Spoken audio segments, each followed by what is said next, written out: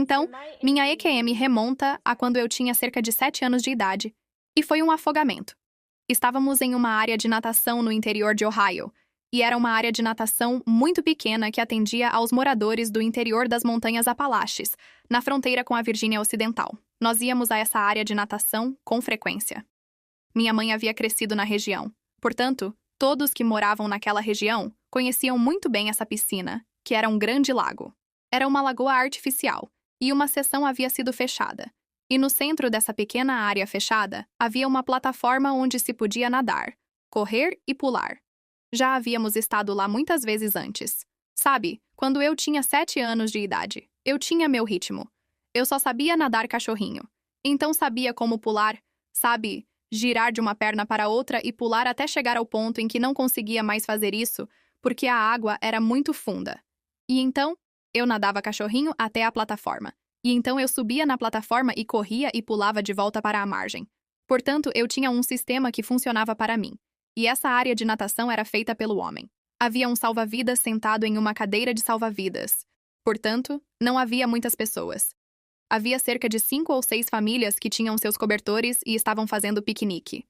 E sabe, as crianças estavam nadando e, novamente, eram muito pequenas. Lembro-me que nesse dia em particular havia uma menina da minha idade que estava pulando para o outro lado da plataforma e para a parte mais funda. Acho que minha personalidade começou a se revelar nessa idade. E pensei, se ela consegue fazer isso, eu também consigo. Depois de alguns saltos da plataforma, decidi que iria pular do lado em que ela estava pulando. No entanto, o que eu não sabia era que ela sabia nadar, e eu não sabia que era muito mais fundo daquele lado. Então, eu nadei cachorrinho, subi, corri e pulei do lado em que ela pulava. E era bem mais fundo do que o lado em que eu estava acostumada a pular. E quando eu pulava da plataforma, afundava, batia na areia e depois me empurrava de volta para cima. E então, remava até a margem. Mas como esse lado era mais fundo, o impulso necessário para me empurrar de volta à superfície era maior do que eu havia calculado. E eu me empurrava para a superfície e só conseguia colocar minha boca um pouco acima da água. Assim, quando fui inspirar, na verdade estava inspirando água. E afundava de novo. Me empurrava de volta para cima e continuava o processo. Mas você sabe, não é possível gritar e respirar ao mesmo tempo. Então, o pânico começou a se instalar porque percebi que havia me superestimado. Continuei com esse processo por algumas rodadas, tentando gritar por ajuda ao mesmo tempo em que inspirava, e comecei o processo de afogamento. Nesse ponto, comecei a passar mais tempo embaixo d'água e, como vocês sabem, estava ingerindo muita água em meus pulmões. Nesse ponto do processo, comecei a reconhecer que estava me afogando. Comecei a levantar o braço para fora da água e balançar o braço para frente e para trás, na esperança de chamar a atenção de alguém que reconhecesse que eu estava me afogando. E sabe, a água deve estar cerca de 1 metro acima da minha cabeça. Portanto, a parte do meu braço que está saindo da água é mais ou menos o meu pulso e um pouco abaixo do pulso, e estou balançando o braço para frente e para trás. Tentei esse método algumas vezes e, ao mesmo tempo, ainda tentava me levantar para respirar. Reconheço que é mais importante para mim tentar recuperar a respiração do que gritar. E chega a um ponto em que meu corpo começa a ficar muito quente. Reconheci, mesmo sendo jovem, que estava perdendo oxigênio, que o oxigênio estava saindo do meu corpo e que meu corpo estava começando a reconhecer o processo de morte. Cheguei a um ponto em que parei de entrar em pânico e comecei a me render e a entrar no processo de deixar ir. Estou embaixo da água e consigo ver todos os pés nas mãos das crianças nadando ao meu redor. E posso ver os fragmentos de areia sendo chutados do chão e presos nesse lindo movimento ondulatório sob a água. E a água é marrom assim, com um tom dourado marrom. E eu realmente me rendo e começo a apreciar a beleza do processo de morrer e a beleza do que está ao meu redor. E foi nesse momento que senti como se o tempo tivesse parado. E eu estava realmente concentrada na areia, nos fragmentos de areia que estavam meio que flutuando na água. E o sol estava batendo e quebrando a crosta da água e atingindo esses fragmentos de areia, e eles pareciam lindos diamantes. Lembro-me de pensar como o mundo é belo, como isso é belo. Mesmo nesse processo de morte, a beleza que nos cerca é imensa. Lembro-me de pensar comigo mesmo que estou em minha própria dimensão aqui embaixo, que eles não podem me ver e que eu posso observá-los e vê-los, mas eles não podem me ver. E que havia uma beleza nisso também. E como estou deixando ir e me rendendo ao processo, não há medo algum em mim. E estou reconhecendo que há uma parte de mim que está começando a sair do meu corpo, porque consigo ver. Mesmo estando completamente imersa, consigo ver minha mãe.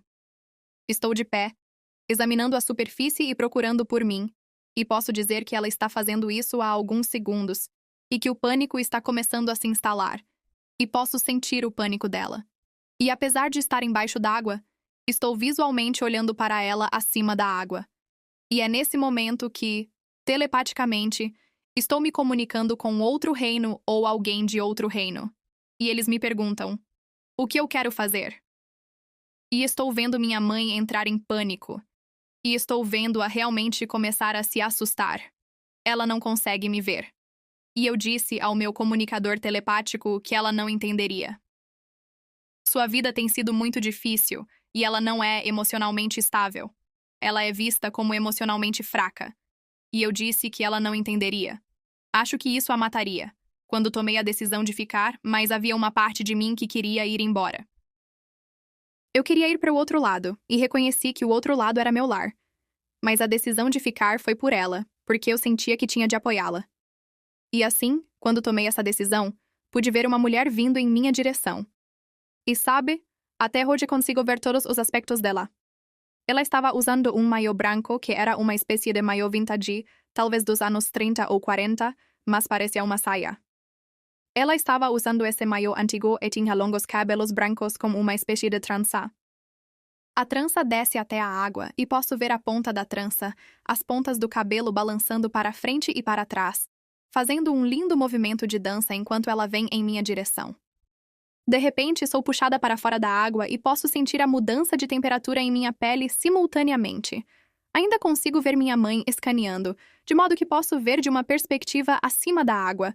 Embora eu saiba que estou abaixo da água e possa ver minha mãe correndo, ela pode ver meu corpo sendo levantado da água nos braços dessa mulher. E ela está correndo tão rápido que é como se estivesse correndo sobre a água. E eu posso vê-la correndo, posso sentir sua energia e posso sentir seu pânico. E estou observando isso não com meus próprios olhos, mas com a sensação de estar fora do corpo. E não consigo ver o rosto da mulher. Só consigo ver seu tronco e posso sentir meu corpo contra seu peito. Mas nunca consigo ver seu rosto, e minha mãe me vê em seus braços. Ela corre, pega-me de seus braços e me leva de volta para o cobertor em que estávamos sentados. E eu pude voltar.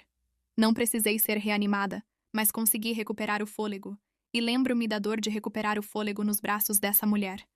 Era incrivelmente denso e incrivelmente doloroso respirar o ar em meus pulmões. E, sabe, lembro-me de estar totalmente de volta ao meu corpo agora e não observar o cenário de nenhum outro ângulo. E minha mãe começou a me perguntar: o que aconteceu? E eu disse a ela que queria correr para o outro lado do pier, como fez a outra menina, e que estava no ponto em que minha mãe achava que era seguro irmos embora. Agora que você obviamente não vai ficar e passar mais tempo lá. Minha mãe vai até o salva-vidas e pergunta: o quê? Onde você estava nessa história? Tipo, você sabe, salva-vidas contando. Sabe, minha mãe me disse que ele estava contando suas gorjetas e seu dinheiro durante todo o processo e não viu nada. Então, minha mãe voltou para o cobertor e disse: precisamos encontrar essa mulher e agradecer a ela. Você se lembra de como ela era? Pode apontá-la? Então comecei a examinar todos os cobertores e famílias diferentes. E não a vi, nem nenhuma mulher ou membro da família se aproximou de nós e perguntou: sabe, sua filha está bem? O que eu acho um pouco incomum, porque se eu tirasse uma criança da água que estivesse se afogando, provavelmente voltaria e perguntaria: ela está bem? Você sabe, conhecer a mãe. E isso não aconteceu. Minha mãe se aproximou de cada família e disse: estou procurando a mulher que salvou a vida da minha filha. Gostaria de saber se vocês viram alguma coisa ou se sabem quem é essa mulher. E descreveu a mulher. E nenhuma família tinha visto nada disso. Nenhuma família que ela abordou reconheceu a descrição da mulher ou sequer ouviu uma mulher falar sobre tirar da água uma criança pequena que estava se afogando. Portanto, achamos isso muito incomum. Achamos isso muito estranho. Achamos isso incrivelmente estranho. E, você sabe, sempre houve uma parte de mim que sentiu que, quando tomei a decisão de ficar, essencialmente um guia ou um guardião de algum tipo interveio e participou para permitir que eu tomasse a decisão que tomei. Portanto, nessa experiência de quase morte, eu era tão jovem que o que aprendi naquele momento, que era estar em um estado de unidade, estar tão conectada e tão cheia de amor naquele lugar, reconhecendo que eu era esses fragmentos de areia, que eu era o sol que batia nos fragmentos de areia, que eu era o calor da água.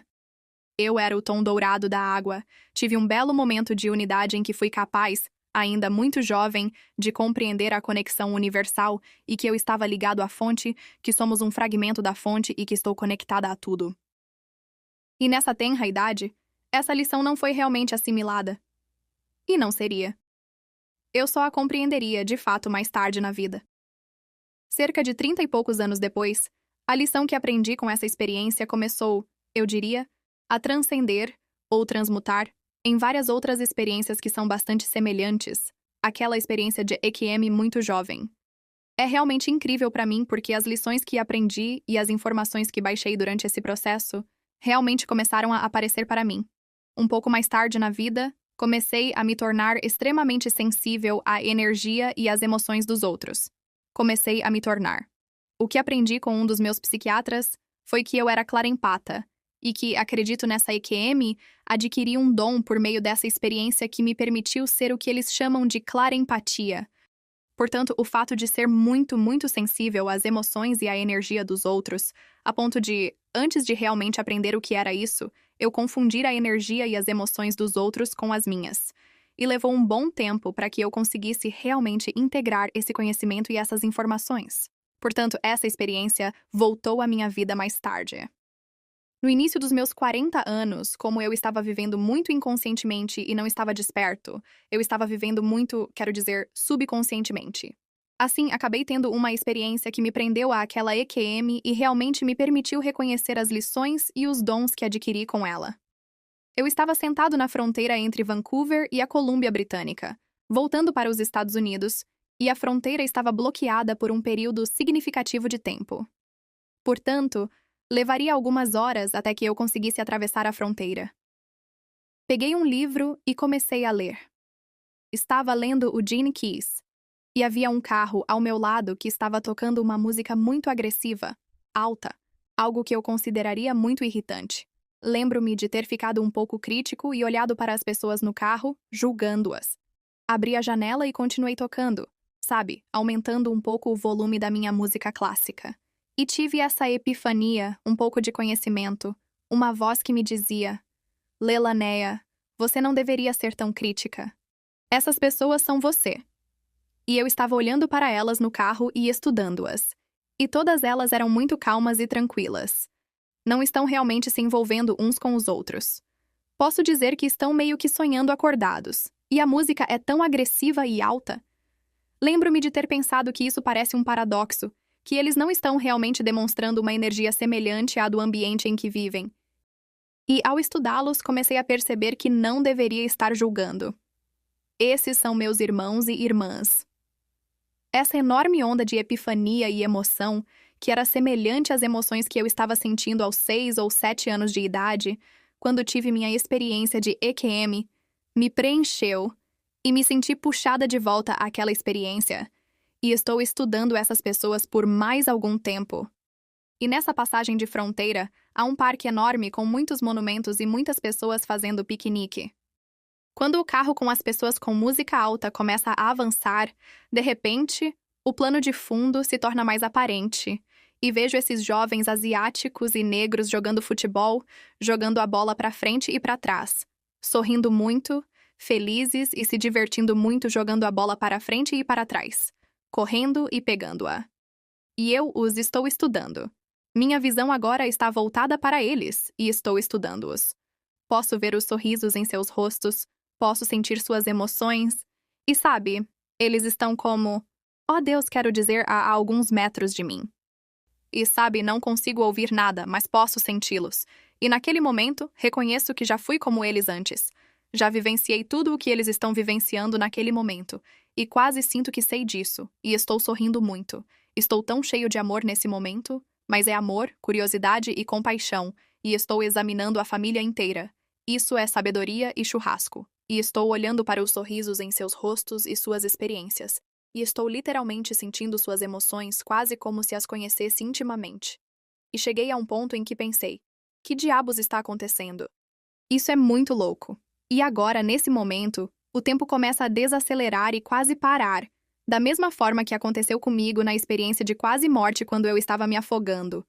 E quando começa a desacelerar ou quase parar, começo a ver as plantas e as árvores. Estou começando a ver a grama de trigo, que está soprando e captando a luz do sol, semelhante aos fragmentos de areia que estavam na água. E ela está captando essa luz, e tudo está se movendo em câmera lenta, como se o tempo não existisse nesse momento. Continuei a observar e vi outra família. Eles parecem ser do Oriente Médio, e é uma família maior, e posso ver o orgulho no amor, e o orgulho que eles têm de seus filhos. Estou simplesmente encantada. Estou sentindo suas emoções e reconhecendo que eu sou eles, e eles são eu. Que somos todos fragmentos da fonte e que somos todos fragmentos que escolheram ter experiências diferentes. Mas nós somos. Somos iguais. Somos iguais.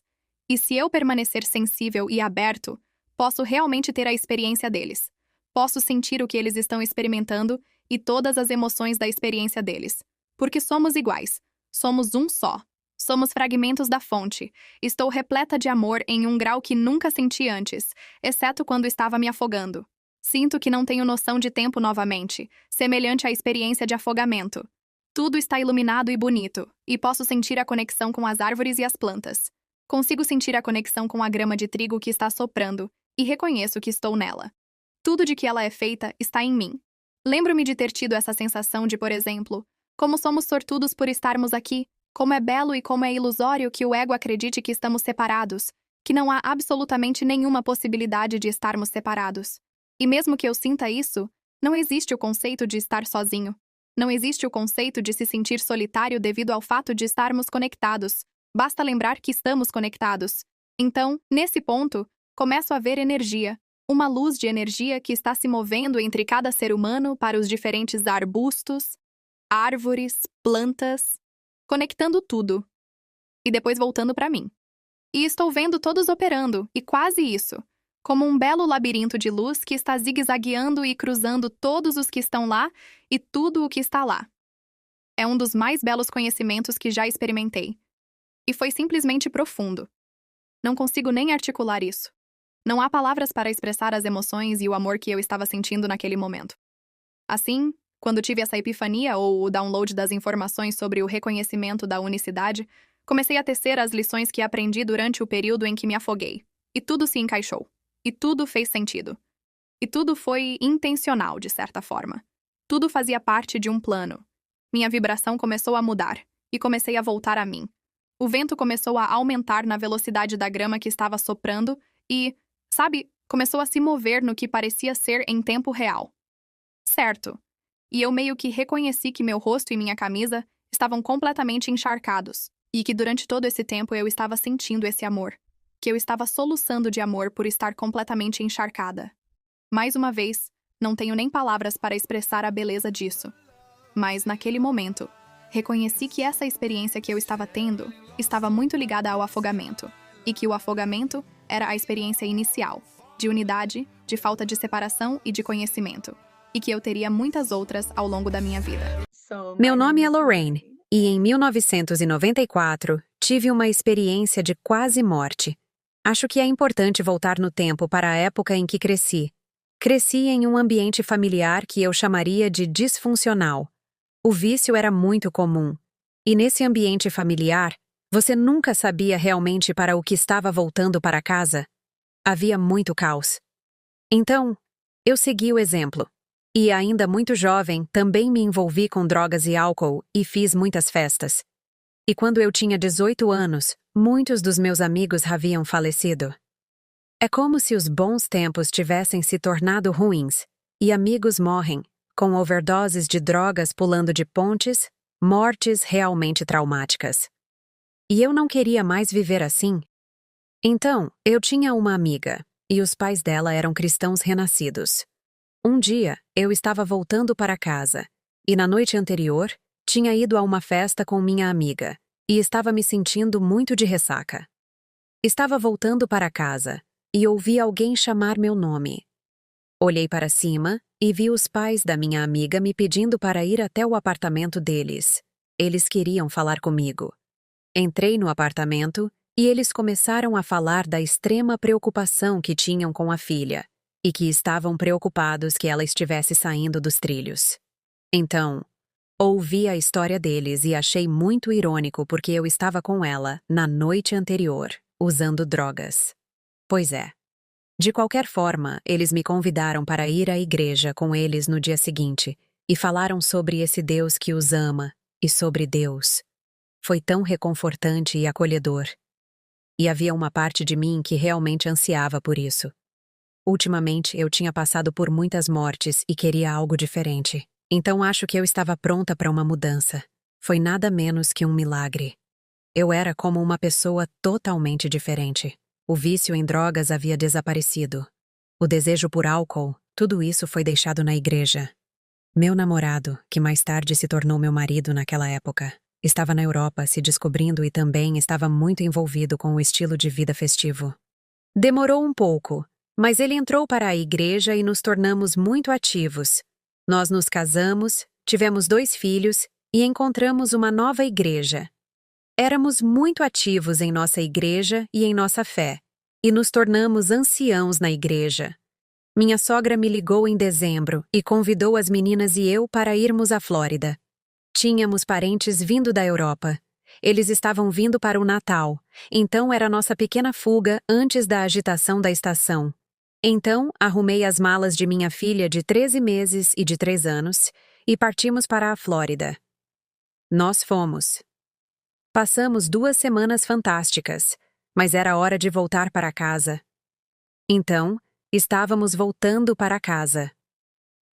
Lembro-me de que o tempo estava realmente horrível a noite toda. Estava chovendo, chovendo muito. Minha sogra estava dirigindo, paramos em um posto de gasolina e tiramos um breve cochilo. Depois recuperei o fôlego e estava pronto para nos levar para casa. Entrei na I-95 para voltar para casa. Lembro-me de que havia um carro e um trator-reboque à minha frente. E eu queria ultrapassar o trator-reboque. Então sinalizei e verifiquei meu ponto cego, e quando encostei, havia carros em sentido contrário na minha pista. Então, gritei e virei o volante, mas perdi o controle do carro. Era notícia de primeira página. E disseram que eu estava a cerca de 120 km/h quando os carros colidiram. Então, bati no veículo e os 2 foram pelos ares. O veículo dela capotou e caiu. Eu estava presa no carro, e os paramédicos chegaram e levaram minha sogra. Tiraram meus filhos do carro e tiveram que me tirar do carro. Então, eles tinham as garras da vida e estavam trabalhando diligentemente para me tirar do carro. E enquanto eu estava ali, sentado esperando, comecei a perder a consciência. Minha respiração estava ficando muito superficial. E a última coisa de que me lembro é que um dos paramédicos disse ao outro: "Você quer que eu vá trabalhar no outro carro?" E ele disse: "Não, ela está DOA." E eu me lembro de ter pensado: o que é DOA? Significa morto na chegada. Uau! Ela está morta. É isso aí. As cortinas estão caindo e é assim que eu vou sair. Vou morrer nesse acidente de carro. Então, lembrei que tinha uma fé profunda em Deus naquela época. E você sabe, as pessoas encontram sua fé em muitas das histórias que ouvem sobre experiências de quase morte. E, na minha situação, eu realmente perdi minha fé. Então, eu estava sentada no carro esperando a morte. Então pensei: bem, como você se prepara para morrer? Certo, vou começar a pensar em minha primeira lembrança. E eu estava tentando trazê-la à tona e pensei que tudo ficaria bem. Vou para o céu. E os anjos estão se regozijando, e eu vou me encontrar com Deus. Isso vai ser ótimo. E essa voz me disse: não, você não vai. Não há Deus. Você irá para a terra, e os vermes vão comer seu corpo. Lembro-me de ter me sentido tão sombria e desesperada. Então, clamei e disse: Deus, se você é real e se está aí, eu bem que poderia usar sua ajuda agora. E, sabe, levei muito tempo para conseguir falar sobre minha experiência. porque não há palavras reais para descrever o que acontece quando você tem uma experiência de quase morte. Foi como se meu corpo se abrisse como uma casca de amendoim e uma luz branca brilhante preenchesse meu corpo. A mão se estendeu e era muito brilhante. E a voz disse: "Pegue minha mão e eu lhe mostrarei o que aconteceu." Então, levantei a mão, e quando a coloquei, foi como se eu tivesse sido tirada do meu corpo. E comecei a transcender para um ser diferente. Fui envolvida por aquela luz. Eu queria falar, mas não havia palavras. E isso se tornou nossas almas. Era quase como uma comunicação telepática. Nós simplesmente sabíamos que era um conhecimento. Eu simplesmente sabia, e acredito que Deus estava comigo. Portanto, não havia ninguém. Deus não tinha um corpo. Eu ainda tinha um corpo até o momento em que me levantei. E quando me levantei, transcendi o corpo. Não tinha mais um corpo. Tornei-me parte de Deus. Ele também começou a me mostrar coisas de minha vida em que eu havia me desviado e cometido erros. Lembro-me de ter sentido um tremendo remorso, e os sentimentos eram muito maiores do que os que sentiríamos aqui deste lado. E lembro-me de dizer: "Sinto muito, eu não sabia." E o amor incondicional que recebi todas as vezes. E era simplesmente: "Está tudo bem. Eu amo você. Eu a perdoo." O amor e o perdão eram tão reconfortantes e surreais. Depois, começamos a sair, e era como se estivéssemos deitados. Era uma luz brilhante, mas tudo ao redor era cinza, como no espaço. Olhei para baixo e pude me ver sentada no carro, e todo o trânsito.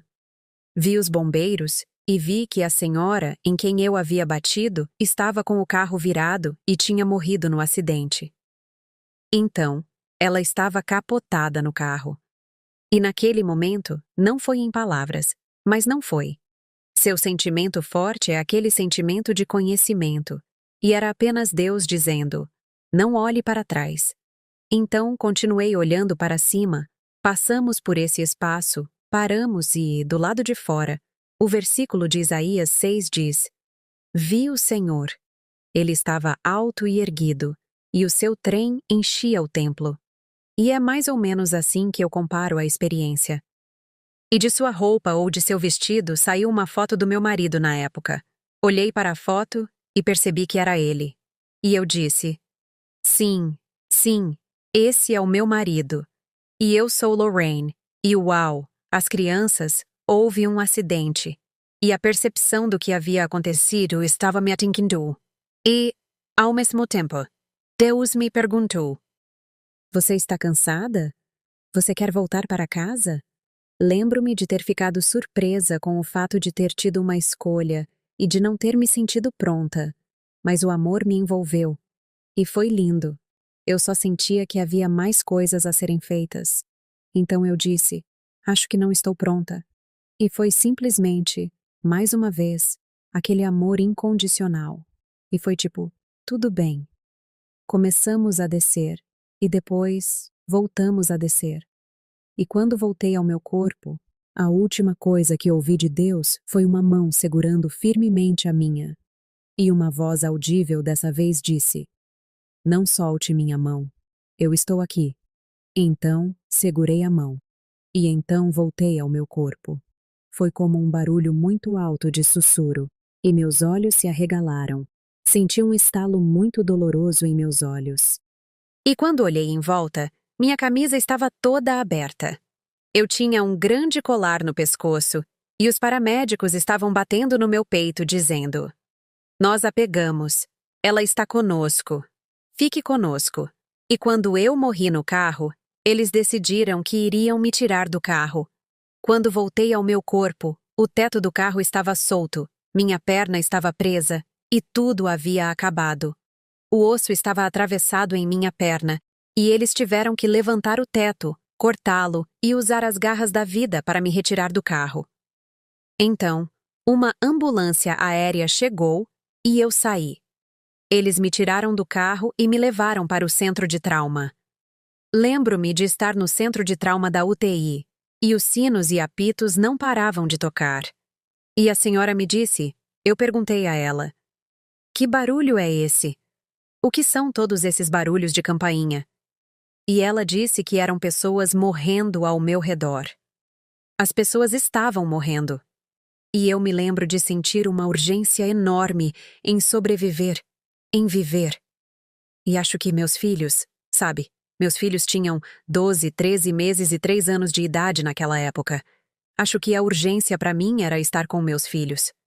Então, voltei. Voltei e, na verdade, na semana passada fiz minha 5/8 cirurgia para me recuperar. Portanto, o que aprendi com toda essa experiência é que Deus existe. Deus é real. E sabe, por mais desesperado que tenha sido nos anos que se seguiram ao fim do meu casamento, foi um período muito estressante. Levei 2 anos para conseguir andar. Passei por muletas e bengalas. Sabe, o lado direito do meu rosto foi reconstruído. Perdi meus dentes. Perdi o osso do rosto. Minha pelvis foi esmagada. Quebrei o fêmur em 54 lugares. Meu tornozelo estava pendurado por tendões. Portanto, acredito que isso aconteceu para me mostrar como Deus é real e como é poderoso e o amor que Ele tem por mim. E hoje, minha fé é muito diferente. Sabe, sou uma pessoa muito diferente hoje. Mas Deus não muda. Deus ainda está lá e ainda é muito real para mim. E estou ansiosa para encontrá-lo novamente.